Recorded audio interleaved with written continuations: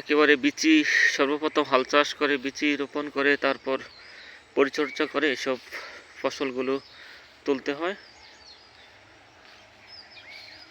কৃষকের জমিগুলো হাসলেই কৃষকের মন হাসে। ভুট্টা আপনারা দেখছেন অনেক পরিশ্রমের পর এইসব ভুট্টাগুলো ফলন আসতে শুরু করেছে। চমৎকার, পুরোটা ভিডিও দেখবেন আপনারা।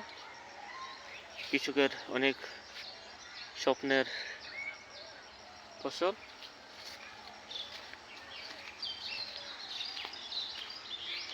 অনেক পরিশ্রমের পর এই ফসলগুলোর এই পর্যন্ত এসেছে। কৃষক এই ফসলগুলো সুন্দরভাবে পাক গড়ে তুলতে পারে, যেন সোনালি এই ফসলগুলো আবহাওয়া অনুকূল থাকলে হয়তো